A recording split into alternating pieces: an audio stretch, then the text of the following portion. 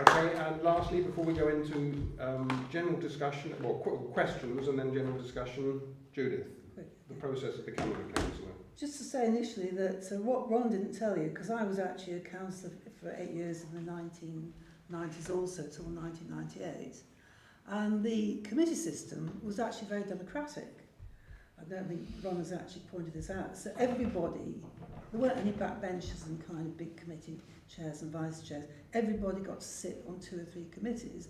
Therefore, everybody had an ability to actually input into those policy areas that they were interested in or on which they knew a great deal about.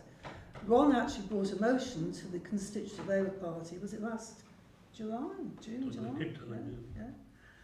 To actually, because under the law we can actually revert back to the committee system. I don't know how many British councils actually have done that, but it is possible under the legislation. Tory Barnet.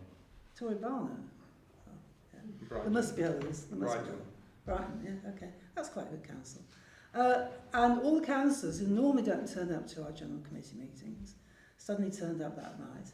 And they're absolutely terrified because, you know, this was their kind of, they're all cabinet members, you know, lead members on this, that and the other. Absolutely terrified that their power and their allowances were going to be taken away from them. And all kinds of amazing arguments. And I think we got about 10 votes for and they got 20 there, so, you know. Anyway, you did sterling stuff, yeah, okay. So how to actually cross the hurdles to try to become a councillor in the first place.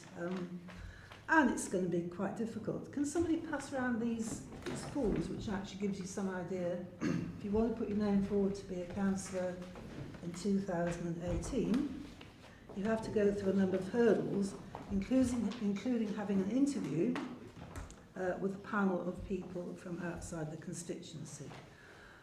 And basically this is going to, there's plenty of them, I mean, let me show you. The process is probably going to start later this year or early in 2017. Judging on 4 years ago, we would normally be expecting it to start in early next year, because it was actually 4 years ago in January 2017 that we started the original process. The complication this time is, in many ways, many of the sitting councillors who actually are absolutely terrified about the great influx of members into the party in the constituencies as part of Jeremy Corbyn's election campaign. And we're still getting new members at the rate of about 20 a month, which is quite interesting. I mean, at the height of the Blair years, we were getting no new recruits month in, month out, maybe about 10 or 12 a year.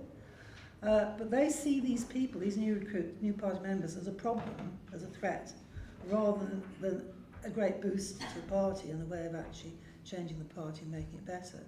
So they've been lobbying the London Labour Party to actually bring forward the start of the process, because they think the new members in their wards, whether sitting councillors, those who want to re-stand again, are going to deselect them, and maybe we might get some new blood in, you see, which of course is the whole point about the process.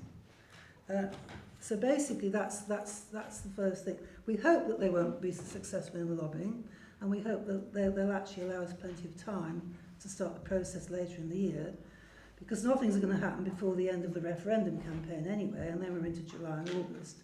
And the other point about that is there's a thing called the freeze date, so that anybody who hasn't been a member for a year, at the point at which we start actually interviewing people to see if they can go on what's called the panel, then they don't qualify. So anybody who actually joined, say, last May, if we started now, anybody who actually joined after last May would be disqualified, which is very unfair and would actually disenfranchise many of the new members. So basically, everybody who's a member of the party and has been a member of the party for at least a year will be sent an invitation letter to express an interest in wanting to be a councillor in 2018. Full member? Full member, yeah. Not affiliates, and not registered supporters. And that's a form which is very, very important in the way that you actually fill it in, because it asks you how long you've been a member of the party, it asks you what activities you've taken part in since being a member of the party, asks you what union you're a member of, asking you if you're involved in local campaigning and embedded in your local community. Are you a member of a tenants association? Are you a school governor? Are you a member of a parent-teachers association? And stuff like that. So I'll hand around the form. So it's please provide information about your activities in the Labour Party, including experience of election campaigns, policy forums, or any officerships you've held in the party. Then you've got to provide information about your activities in your community, voluntary sector governing bodies. Then you've got to talk about previous experience in public office of any sort, or whether you've been a candidate before. And finally, what contribution do you feel would make? What contribution you do feel you would make as a Labour councillor? And then you write a personal statement, which is actually very important, because that will actually boost your application. I'll hand that round. People want to sort of have a look at that. Okay.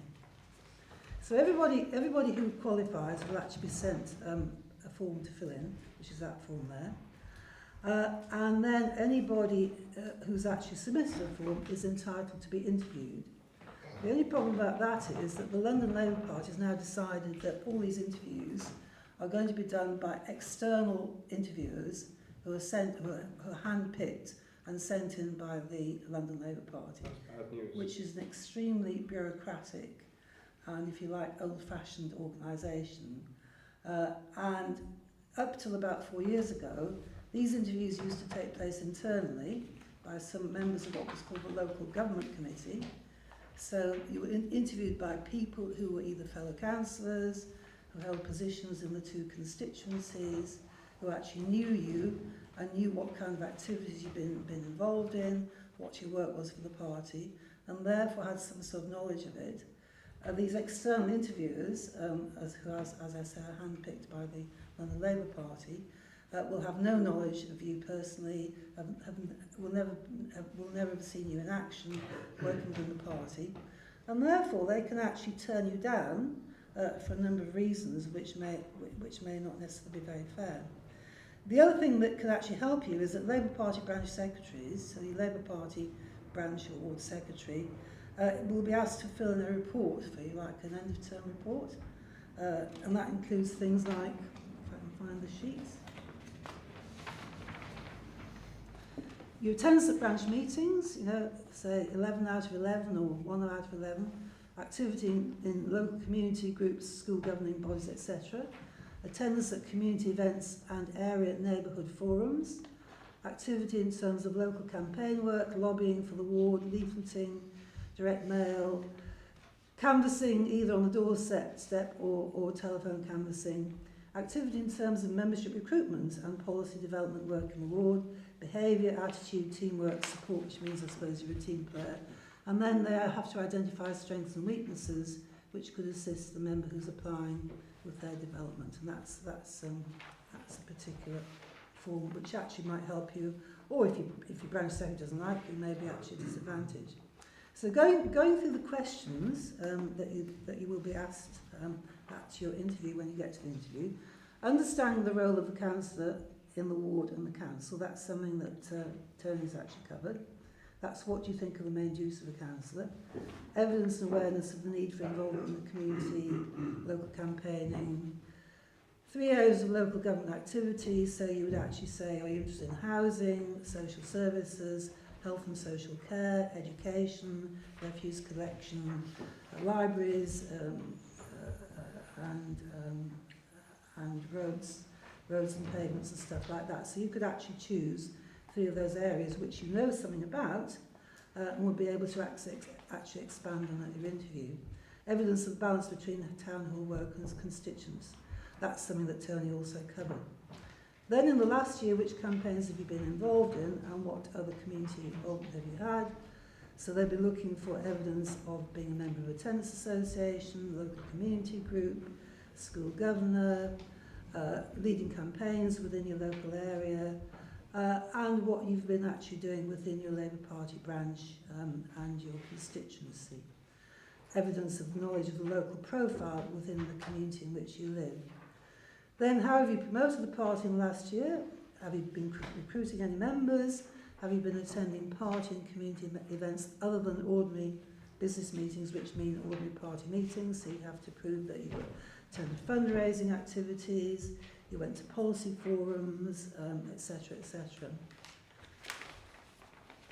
How to make sure you have time for council duties for meeting constituents and for your responsibilities outside council duties. And that's kind of, personal organisation. I think when Tony said it's 24/7, that's a slight exaggeration. How do you know? Because I was a councillor for 8 years. I'm a councillor now. And I was working full time with Elsix at the same time. Didn't have Twitter then, mate. No, thank God for that. And obviously commitment of your time. What do you believe should be the policy priorities for the Labour group in the next election? I think that's quite an interesting question which you could elaborate on, because I think there is, there are some weaknesses in some of the policy priorities of the current council, and you can at this point get quite political and actually say put forward ideas about the way that the council should be prioritising its services and service deliveries to the poorest and the most vulnerable in our society, and things like that. Understanding the role of Labour group in the policy making process. Well, actually, you could also say there that it's in the Labour Party rules that the Labour group should consult with the local party and ordinary party members about its policies, about what it's doing, and particularly every 4 years what is going to be in the manifesto, which is going to be the group policies that we will be campaigning to be elected on. Evidence of communication, problem solving skills, that means are you a good talker, are you good at IT, are you a good communicator, are you actually very good at listening to constituents who often have very appalling problems. And there's this very interesting question, how would you resolve a difference of opinion between your local ward party and an emerging consensus of the Labour group? And the example of that is that, say, in your ward, which you're representing if you're then a councillor, the Labour group decides it wants to close a library, a community centre, a swimming pool, or some other kind of facility which the people in your ward use a lot, and they're actually very dependent on for all kinds of reasons. And they've actually started a campaign in the ward, and they've got a petition up, and they've actually asked you to actually put forward their opposition to this proposal within the Labour group. So you do that in Labour group, but obviously if you lose the argument in Labour group, you then have to say, well, I lost, and when it comes to full council meeting where the proposal for the closure and the cut will go forward, you actually have to vote with the majority group, unless you happen to be absent for one reason or another, illness or on holiday, or whatever you might want to decide. And that's a very difficult dichotomy, and something which can be actually a very difficult decision for councils who really believe that they should not be cutting those things in their ward. And that leads on to the thing, what do you understand by the group whip? And that's the same thing, basically.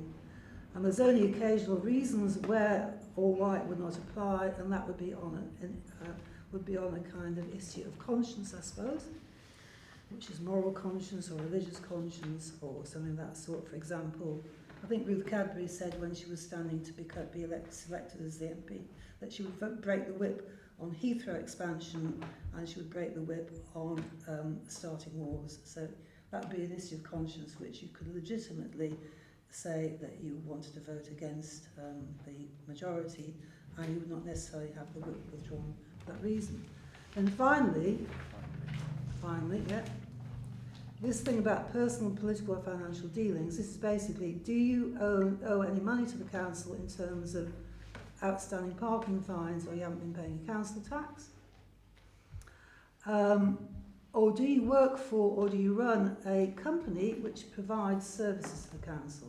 In which case you have to actually declare that, and that's a conflict of interest, so you would not actually qualify to be a councillor.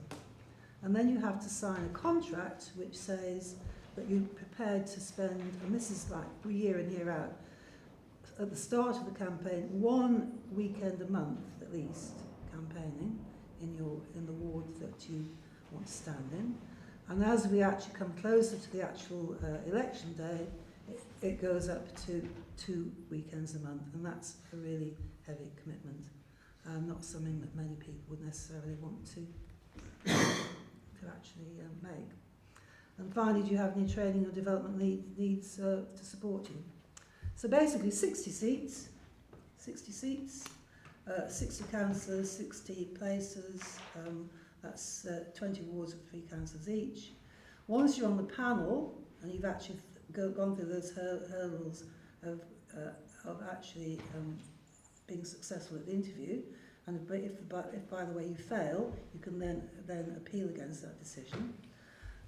You are then in a position to have your name put forward at a shortlisting and selection meeting in one of the 20 wards, where you would actually have to make a speech and answer questions from the members of that ward, and then there'd be a vote, a secret ballot, to see whether they wanted to select you. So it's a bit of an onerous thing, and lots and lots of hurdles to cross. But I think it's something that's worthwhile, and I think we actually need to have maybe an influx of new councillors who are more independent, you know, who are who are prepared not to roll over, as many Labour councils throughout the country do, against the onslaught of austerity policies from Tory government, and say, oh, we can't do anything about it, because there are things, there are devices, there are ways around this, and there are ways of actually standing up and opposing Tory government. And people are actually more representative of the communities in which they live, and actually more representatives of ordinary Labour Party members. And people actually have got an independent mind and prepared to actually speak up, and actually in a political way, because in many ways, as Ron pointed out, being a councillor can often become very unpolitical, because you're just sort of going along with technicalities and, you know, administrative decisions. But we want different kind of councillors, I think. So I hope that's helpful. Yeah, thanks very much, Judy. Well, we've got